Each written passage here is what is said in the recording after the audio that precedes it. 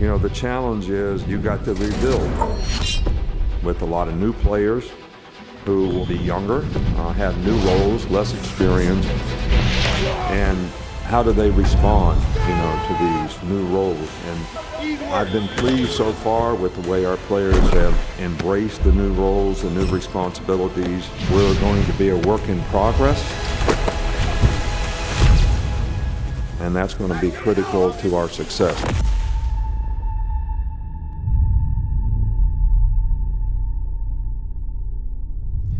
Welcome, everybody, to another edition of the Dick Saban Show, along with the head coach of the Crimson Tide. I'm Chris Stewart. Our program presented by Truckworks. And, Coach, congratulations on a great 63-14 win over Southern Miss. Well, it was a good win for us. I really was proud of the way our players competed in the game. They maintained intensity. They had good energy, which is something that we haven't been able to sustain throughout games. So, you know, we talk about playing to the Bama standard. And basically what I did this week is I defined what that was. I'm not sure that everybody really understood what it was. And, you know, I didn't think our players understood the difference between beating the other team and winning the game. There's a difference in those two things. So you want to dominate your box, be relentless in the way you compete, and I was really proud of the way our players came out and did that in this game. And, Coach, the game may be won on Saturday as far as the fans are concerned, but the things that you did Monday through Thursday certainly helped prepare for this. Well, we actually gave the players Monday off so that we didn't have practice like we normally do. I don't like to play more than 5 or 6 games in a row without giving players a break, mentally and physically. So 2 days off is probably 10 times better than 1 day off, not just 2 times better. So, and I think that was helpful to a lot of guys getting healthy and a lot of guys sort of getting rejuvenated a little bit from an energy and an attitude standpoint. All right, Coach, let's get into the first half highlights.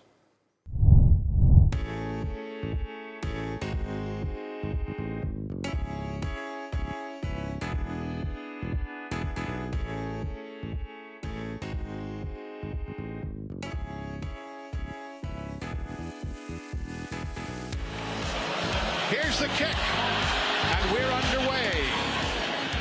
Jamison Williams from a yard deep to the 10. 15-20, cuts left, up the middle. He's got running room, spun around, breaks the tackle. He's on his way. He's going to bring it back 101 yards. Touchdown, Alabama. 14 seconds and 101 yards. That's why you want to take the football.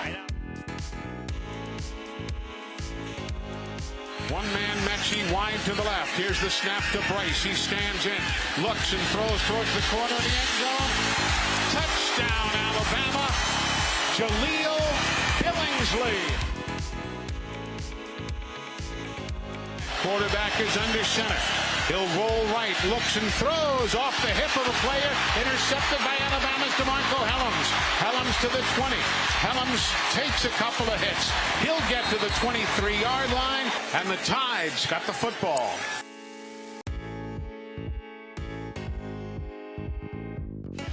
Tight end Kendall Randolph is on the right side. Snap. Give. Roydell down low. Touchdown, Alabama.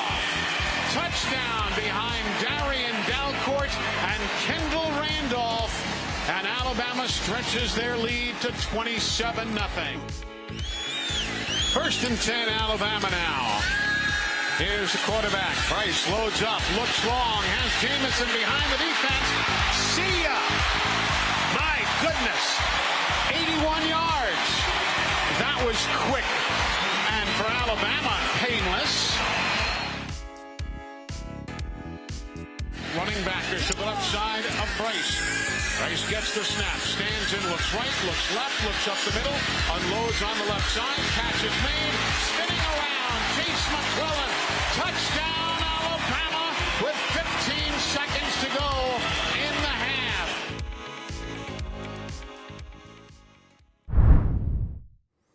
Coach, as you might expect with a 42-7 score, a lot of good things happening in that first half.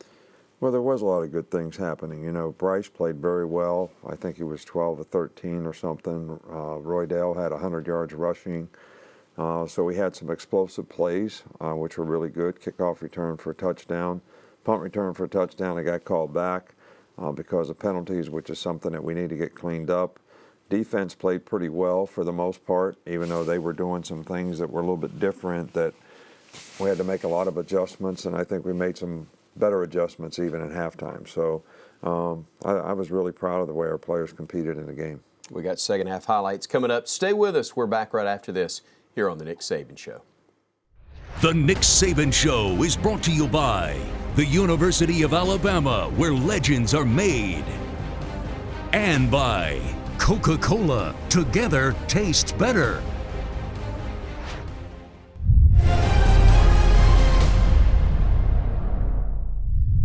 Coach, fans always love hearing what the message is at halftime. Well, the biggest thing we wanted to do was reestablish, because the emphasis was to sustain intensity for 60 minutes in the game. So regardless of what the score was, I wanted to see our players go out and do that and start the second half that way.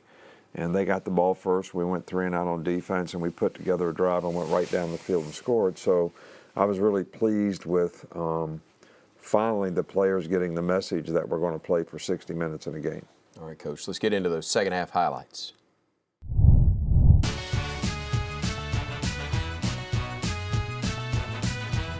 Heading to our left. Here's the throw across the middle. Latu. Touchdown, Alabama, his second of the night.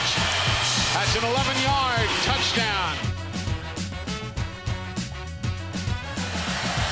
Now Pittman in motion. He'll go to the far side. Quarterback play action. Throws into the end zone. Touchdown. DeMarcus Jones. DeMarcus Jones. Looked like Jalen Moody got a piece of that one, but not enough. Here's the kick by Briggs Bourgeois, taken by Jamison Williams on the run of the 20, 25, 30. He's got one man to beat. It's Bourgeois. He'll beat him down the near sideline. His second kickoff return of the day. Touchdown, Alabama!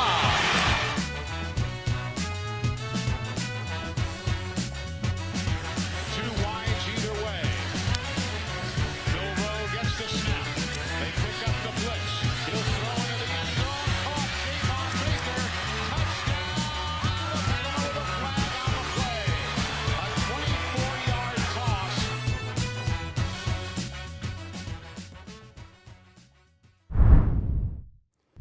Coach, great team win, 63-14, but boy, you had some incredible individual performances as well. Well, Bryce played extremely well, going 20 out of 22, and the one interception that he threw hit the guy right in the chest, so that really, he couldn't have done it any better. Jamison had 250-some yards all-purpose, 2 kickoff returns for touchdowns, first time that's ever happened, I think, in school history. We had 2 guys that were both around 100 yards rushing, so a lot of good things in this game, but a lot of things that we need to clean up, a lot of things that we need to continue to build on, because the competition is going to get, a lot tougher in the future, and I think we need to continue to improve. But experience, we have so many young players, and experience is only what things that happen to you in your life. All right, so the same thing in football. It's things that happen to you on the football field. So I think we have a lot of young players, and I think the experience that they're gaining is helping them grow and develop, because they're finding out when I get frustrated, it doesn't help my performance. When I lose my intensity, it doesn't help my performance. When I sustain my intensity and do my job and look at the right stuff and play with the right technique, it helps my performance. So these are all things that experience brings to players, and I think that's something that we need to continue to develop on our team. Coach, we look forward to talking to you more right after this here on The Nick Saban Show. The Nick Saban Show is brought to you by Tiffin Motorhomes, made to move you. And by Coca-Cola. Together tastes better.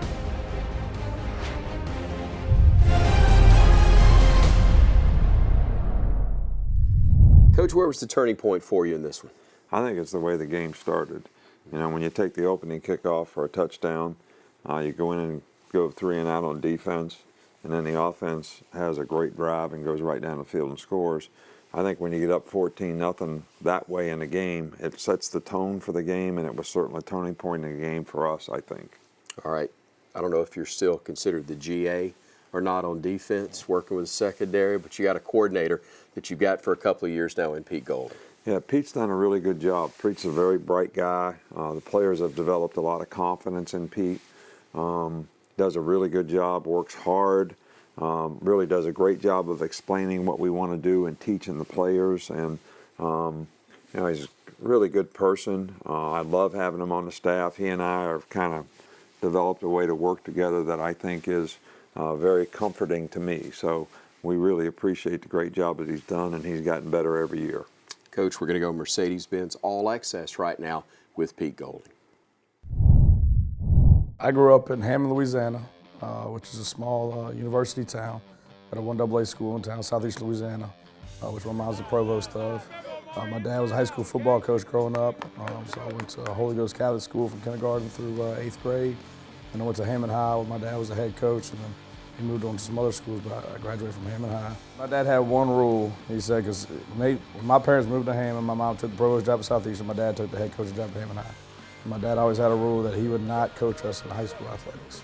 The parents got involved and everything else like that. So he coached me in Little League and everything like that growing up. He was a good mentor, but once it got real, he wasn't doing it. Then went to Division II school in Mississippi, Delta State. Played football up there, got my degree in business, and then got into coaching. Knee up, toe up, knee up, toe up. Hips down, hips down. See, I got a beautiful wife. She's from Mississippi, Cleveland, Mississippi. She's an Ole Miss girl. CPA lawyer. Right now she's doing some online classes. Keeping the 3 kids. I got 3 kids, Braxton, Bentley, and Bailey. They're 9, 6, and 3.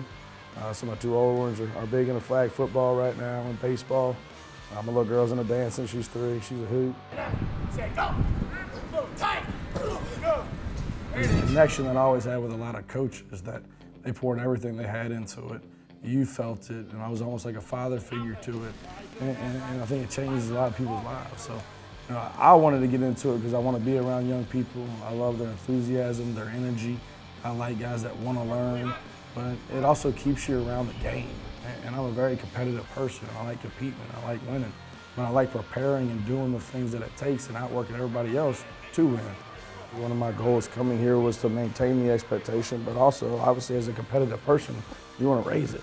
And I think we haven't done that yet, so I think we're finally getting to the point with some guys that have been in the system that understand from a mentality standpoint of what it actually takes from a preparation aspect throughout the week and in practice to be able to show up on Saturday and play with the discipline that you need to play with to be successful. You get into the coaching family, and then you obviously hear about all the wonderful coaches that have been here, and then with Coach Saban. So sometimes I don't know if it really has set in, to be honest with you. I think especially in this profession, you're so focused to where, all right, this is what I got to do today. We got to prepare these guys and get ready. That I don't think while you're in it, I don't think you really actually step back and look at the whole thing.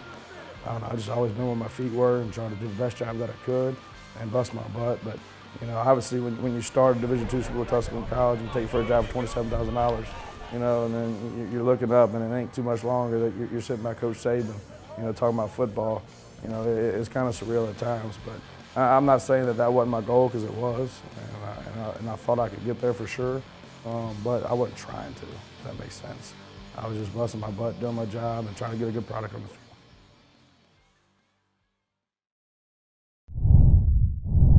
Coach, time for our play of the game, brought to us by CB&S Bank. Well, this may get a little too technical for some people, but first of all, play-action passes are really effective ways to make big plays. And it's something that we've done really well, and it was something that we wanted to do in this game extremely well. So you see one guard pull, play pass, all right, good fake to the back, and you see these 2 guys on the backside, they have the tight end and the back if they free release and come out. If they don't, these guys over here are expecting this guy to poach. All right, poach means he's going to roll to the middle of the field and help on a vertical route. All right, but because of the play action pass, you see both these guys are froze. All right, Jamison run right down the middle. They're playing what we call triangle. All right, triangle is just like what it says. It's a triangle. These three guys are playing these two guys. This guy's locked up on that guy, but this guy, they're expecting that guy to help them. All right, and he gets down the middle. You see Jalil's open too, all right, because we drain out the outside part of the triangle.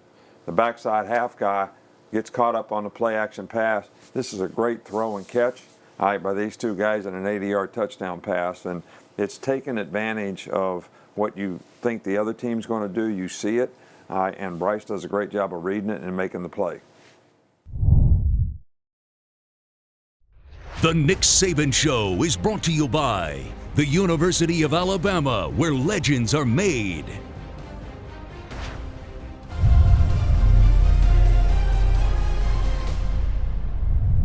Welcome back to the Nick Saban Show, brought to you by Truck Works. And Coach, you've got some tremendous young men on your squad. Kristen Harris certainly falls into that category for you.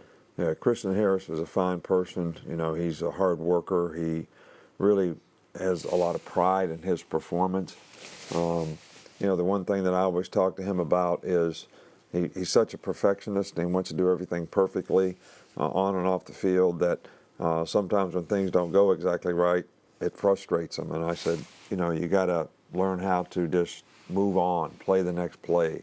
You know, when things don't go well, that's the best time for you to learn so you can grow and continue to develop. And he's matured into that very nicely this year, and he's certainly an outstanding player. We're going to spend some more time getting to know more about Kristen Harris. My name's Kristen Harris. I'm from Baton Rouge, Louisiana, and I'm playing linebacker. I chose to come to Alabama because for me, I feel like it'd be the best opportunity for me to grow as a man on and off the field. And yeah, you know, I put my trust in these coaches, especially being that, you know, I never played linebacker before. So, you know, I feel like Alabama is the best place for me to go to really develop me as a player. You know, if I can go back in that recruiting process, of course, yeah, I think I would do it all over again and definitely choose Alabama. Just simply because, like I said, you know, I know they develop players really well, especially with the legacy that they have here for linebackers. You know, I want to be a part of that, so it's definitely a blessing to have that opportunity. Robinson, the quarterback, has a running back to his right. Claps his hands, pressure up the middle. Have a seat, young man.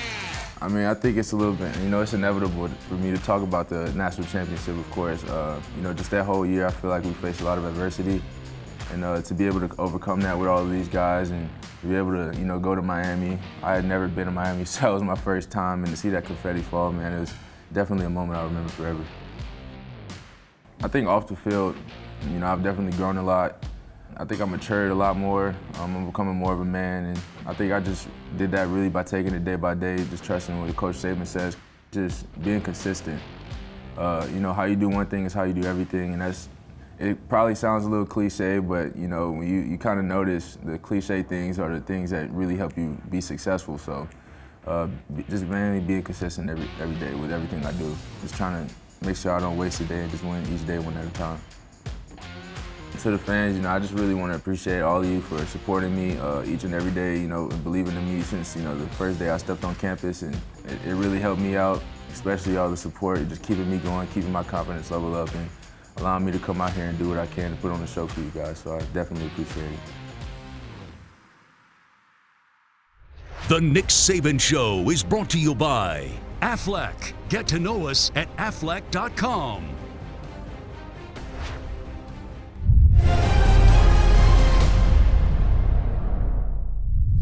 Coach, what's next? It's the Ole Miss Rebels for a CBS game at 2:30.